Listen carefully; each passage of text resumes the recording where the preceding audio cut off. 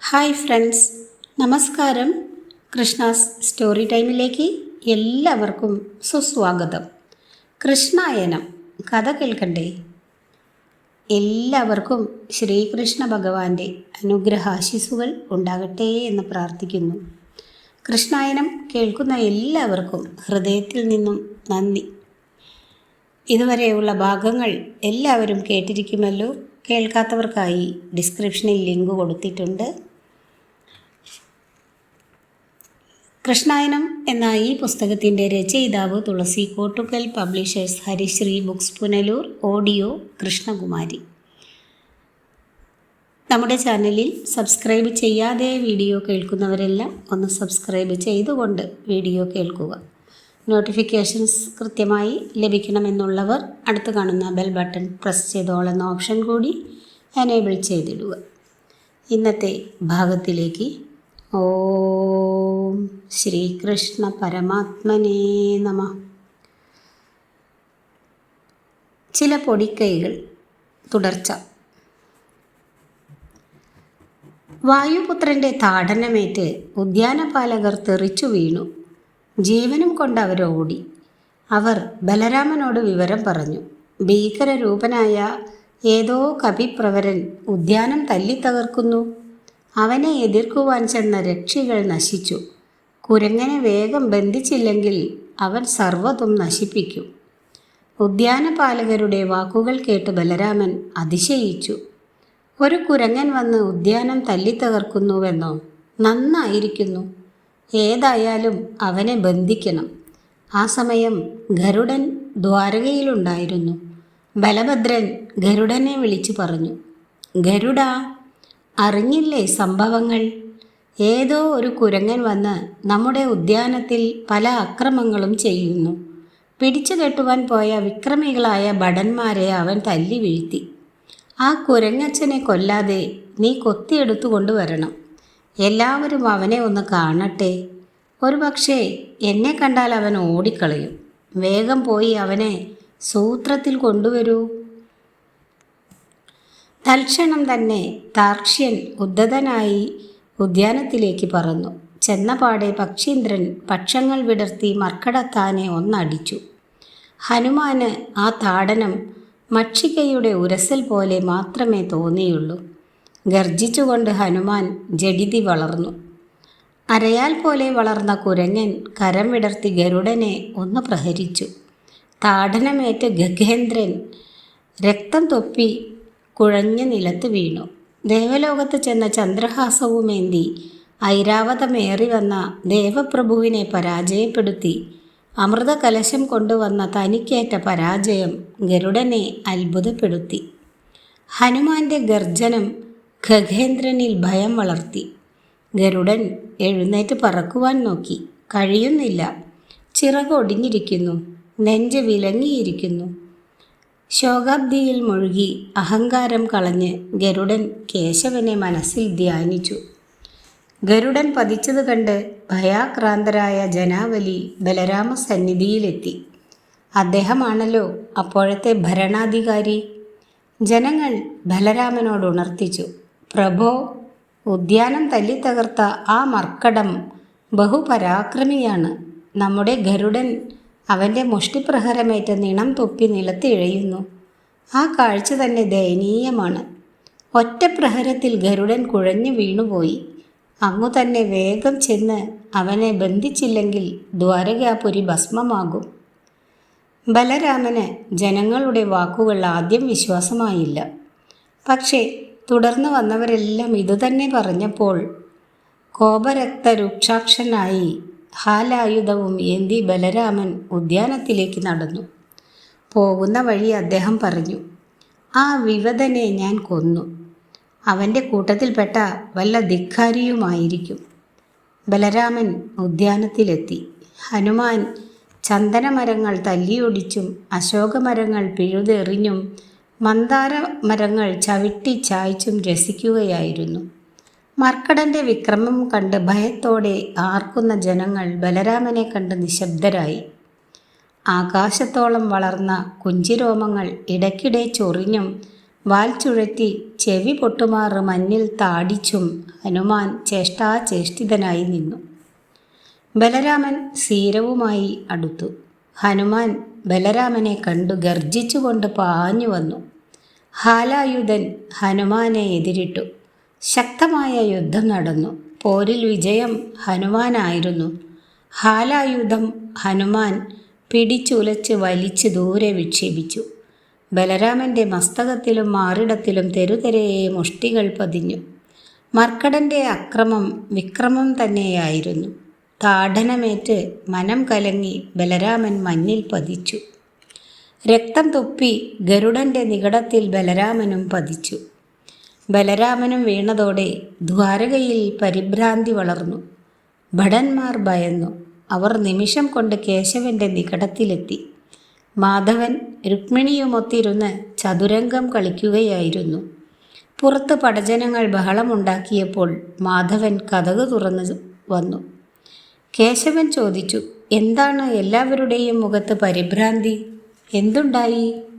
ഭടന്മാർ വിശദവിവരങ്ങൾ മാധവനെ ധരിപ്പിച്ചു. കേശവൻ പുഞ്ചിരിച്ചുകൊണ്ട് പറഞ്ഞു, നിങ്ങൾ പറയുന്നത് കേട്ടിട്ട് വെറും ഒരു മർക്കടനല്ലെന്ന് തോന്നുന്നു.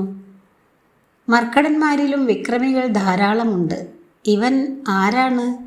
ഒരു പക്ഷേ രാമൻ്റെ അവതാരകാലത്ത് രാവണ നിഗ്രഹത്തിനായി രാമൻ ലങ്കയിലേക്ക് പോയപ്പോൾ അദ്ദേഹത്തെ സഹായിച്ച ശൈവസംഭൂതനായ ഹനുമാനായിരിക്കാം. ശ്രീരാമനോടല്ലാതെ മറ്റാരോടും അവന് ഭക്തിയില്ല, ബഹുമാനവുമില്ല. ഈ രൂപത്തിൽ ഞാൻ തന്നെ ചെന്നാലും അവൻ വകവെക്കണമെന്നില്ല. ഇങ്ങനെ പറഞ്ഞ കേശവൻ എന്തോ ആലോചിച്ചു നിന്നു. എന്നിട്ട് കേശവൻ സത്യഭാമയെ വിളിച്ചുകൊണ്ടുവരുവാൻ ആളിനെ അയച്ചു. അല്പം കഴിഞ്ഞപ്പോൾ അണിഞ്ഞൊരുങ്ങി സ്വർവദൂഡിയെപ്പോലെ ലളിത സുഭഗാമിനിയായി സത്യഭാമ എത്തി. സത്യഭാമയെ നോക്കി മാധവൻ പറഞ്ഞു, ഭാമേ, രാമാവതാര കാലത്തുണ്ടായിരുന്ന ഹനുമാൻ ചിരഞ്ജീവിയാണ്. അവനിതാ ദ്വാരകയിലെത്തി ഉദ്യാനം തല്ലിപ്പൊടിക്കുന്നു. മാത്രമല്ല ഗരുഡനെയും ജ്യേഷ്ഠനെയും അടിച്ചവശരാക്കുകയും ചെയ്തു. ഹനുമാനെ പിന്തിരിപ്പിക്കുവാൻ രാമൻ തന്നെ വേണം. രാമനോടൊപ്പം സീതയും. ഞാൻ രാമവേഷമെടുക്കുകയാണ്. നീ വേഗം സീതാദേവിയാവുക. സത്യഭാമ മാധവൻ്റെ വാക്കുകൾ ശ്രവിച്ച് ഗർവോടെ സപത്നികളെ നോക്കിയിട്ട് അന്തഃപുരത്തിലേക്ക് പോയി. അന്തഃപുരത്തിലെത്തിയ സത്യഭാമ സീതയായി. അശോകവനത്തിലിരുന്ന സീതയുടെ വേഷമാണ് ഭാമ ധരിച്ചത്. നിബിഡ ചിഗുരം അലസമായി അഴിച്ചുലച്ച് കുങ്കുമക്കുറി മായിച്ച് മുഷിഞ്ഞ വസ്ത്രങ്ങൾ ധരിച്ചു. ശരീരത്തിൽ അഴുക്കു തേച്ചു. മുഖത്ത് കൃത്രിമമായി മ്ലാനത വരുത്തി. കേശവൻ്റെ മുമ്പിലെത്തി. കേശവൻ ഭാമയെ ഒന്ന് നോക്കി. സത്യഭാമ പ്രാകൃത രൂപിണിയായി എന്നതല്ലാതെ സീതയായിരുന്നില്ല. ഇതാണോ രാമാവതാരകാലത്തെ സീത? നന്നായിരിക്കുന്നു. രാമൻ്റെ നികടത്തിൽ സീതയാകുവാൻ സത്യഭാമേ നിനക്ക് കഴിവില്ല. സൗന്ദര്യം ഭർത്താവിൻ്റെ ഇംഗിതത്തെ പൂർത്തീകരിക്കുന്നില്ല. ഇങ്ങനെ മാധവൻ ഭർസിച്ചുരച്ചിട്ട് രുക്മിണിയോട് പറഞ്ഞു, വൈദർഭി, വേഗം സീതയാകൂ. ഹനുമാൻ ദ്വാരക നശിപ്പിക്കും മുമ്പ് നമുക്കവിടെ എത്തണം. രുക്മിണി അന്തഃപുരത്തിലേക്ക് പോയില്ല. വേഷം മാറിയതുമില്ല. ഭർത്താവിനെ മനസ്സിൽ ധ്യാനിച്ചു. അവൾ ഇങ്ങനെ പ്രാർത്ഥിച്ചു, നാഥ, ഞാൻ പതിവ്രതയും പരമശുദ്ധയുമാണെങ്കിൽ ഈ പ്രതിജ്ഞ ചെയ്യുന്നു, ഇതാ പ്രതിജ്ഞ ചെയ്യുന്നു. അങ്ങ് രാമനാവുകയാണെങ്കിൽ ഞാൻ ആര്യപുത്രൻ്റെ മനസ്സിലുള്ള സീതയാവട്ടെ. ഇങ്ങനെ പറഞ്ഞ് രുക്മിണി കേശവന് 3 ഉര വലം വെച്ചു. അത്ഭുതമെന്നേ പറയുവാനുള്ളൂ. 3ാമത്തെ പ്രദക്ഷിണം കഴിഞ്ഞപ്പോൾ രുക്മിണി ത്രേതായുഗത്തിലെ ജാനകി ദേവിയായി കഴിഞ്ഞിരുന്നു. ആ സമയം കേശവൻ രാമരൂപം ധരിച്ചിരുന്നു. എന്തിനും സമർത്ഥയാണെന്നും ബഹുസുന്ദരിയാണെന്നും നടിച്ചു നടന്ന ഭാമ നോക്കി നിൽക്കെ സീതാരാമന്മാർ ആരാമത്തിലേക്ക് നടന്നു. ശ്രീരാമചന്ദ്രൻ്റെ വേഷത്തിൽ കേശവനും സീതയുടെ വേഷത്തിൽ രുക്മിണിയും വരുന്നത് അകലെ വെച്ചു തന്നെ ഹനുമാൻ കണ്ടു. സീതാസമേതം തൻ്റെ സ്വാമിയായ ശ്രീരാമചന്ദ്രൻ എഴുന്നള്ളുന്നത് കണ്ട് പുളകിതഗാത്രനായി ഭക്ത്യാശ്രുക്കൾ പൊഴിച്ച് ഗദ്ഗദത്തോടെ ഹനുമാൻ ഓടി വന്ന് കേശവൻ്റെ പാദത്തിൽ സാഷ്ടാംഗം പ്രണമിച്ചു. ആനന്ദബാഷ്പധാരയാൽ രാമപാദങ്ങൾ പ്രക്ഷാളനം ചെയ്ത് ഹനുമാൻ പറഞ്ഞു: രാമാ, പ്രിയ കേദണ്ഡ രാമാ, സീതാസമേതനായി നിന്നെ കാണുവാൻ ഞാൻ എത്ര നാളായി കൊതിക്കുന്നു. എന്നെ അനുഗ്രഹിക്കൂ സ്വാമി. ഹനുമാൻ വീണ്ടും പറഞ്ഞു: രാമാ, പ്രിയ കോദണ്ഡ രാമാ, സീതാസമേതനായി നിന്നെ കാണുവാൻ ഞാൻ എത്ര നാളായി കൊതിക്കുന്നു. എന്നെ അനുഗ്രഹിക്കൂ സ്വാമി. രാമൻ പറഞ്ഞു: ഭക്തനായ ആഞ്ജനേയ, നിന്നെ കാണുവാൻ ഞാനും ആഗ്രഹിച്ചിരുന്നതാണ്. വരൂ, നിന്നെ ഞാനൊന്ന് ആലിംഗനം ചെയ്തു കൊള്ളട്ടെ. ഹനുമാൻ കരഞ്ഞുകൊണ്ട് പറഞ്ഞു: സ്വാമി, ഞാൻ കദളീവനത്തിൽ നിന്നും എങ്ങനെയോ ഇവിടെ വന്നു ചേർന്നു. അങ്ങയെ കാണുവാനുള്ള സുഹൃതയാത്രയായിരുന്നുവെന്ന് ഞാൻ അറിഞ്ഞില്ല. ഈ ഉദ്യാനം ആരുടേതാണെന്നും അറിയുവാൻ വയ്യ. ഞാൻ ഇത് തല്ലി തകർത്തു. ആക്രമിക്കുവാൻ വന്നവരെ താടിക്കുകയും ചെയ്തു. ദേവാ, എന്നോട് ക്ഷമിച്ചാലും. രാമൻ പറഞ്ഞു: വായുസുത, നിന്റെ ഭക്തിയിൽ നാം എല്ലാം ക്ഷമിക്കുന്നു. പക്ഷേ ത്രേതായുഗമല്ലിതെന്ന് നീ ഓർക്കണം. ദ്വാപരയുഗത്തിലാണ് നീ ജീവിക്കുന്നത്. ഭക്തനായ നീ ഭക്തി കൊണ്ട് അന്ധനാകരുത്. രാമരൂപം എൻ്റെ ഒരു യുഗത്തിലുള്ള ഭാവം മാത്രം. നീയും എൻ്റെ ഭാവമായിരുന്നു. പൂർണ്ണ മനുഷ്യനാവാനുള്ള നമ്മുടെ യാത്രയിൽ ഒരു ഭാഗമാണ് മർക്കട രൂപമെന്നോർക്കുക. ദ്വാപരയുഗത്തിൽ രാമൻ്റെ പേര് കേശവൻ എന്നാണ്. മനുഷ്യൻ്റെ പൂർണ്ണതയാണ് ഞാൻ. എന്നിൽ നിന്നാണ് എല്ലാം ഉദിച്ചത്. അന്ത്യത്തിൽ എന്നിൽ ലയിക്കുകയും ചെയ്യുന്നു. മണ്ണിടത്തിലും വിണ്ണിടത്തിലും ഞാൻ തന്നെയാണ് എല്ലാം. എനിക്ക് അഷ്ടൈശ്വര്യ സിദ്ധിയുണ്ട്. ഏത് രൂപവും സ്വീകരിക്കാം. പക്ഷേ അതെല്ലാം ചേർന്ന ശുദ്ധരൂപം നീ ഉൾക്കൊള്ളുക. ഇങ്ങനെ പറഞ്ഞ് രാമവേഷം കേശവൻ മാറ്റി. ഇന്ദ്രനീല വർണ്ണമുള്ള കേശവരൂപം തെളിഞ്ഞു. സത്യം ധരിച്ച ഹനുമാൻ കേശവനെ കുമ്പിട്ടു. രുക്മിണിയെ വന്ദിച്ച് കദളീവനത്തിലേക്ക് യാത്രയായി. രുക്മിണി അന്തഃപുരത്തിലേക്ക് പോയി.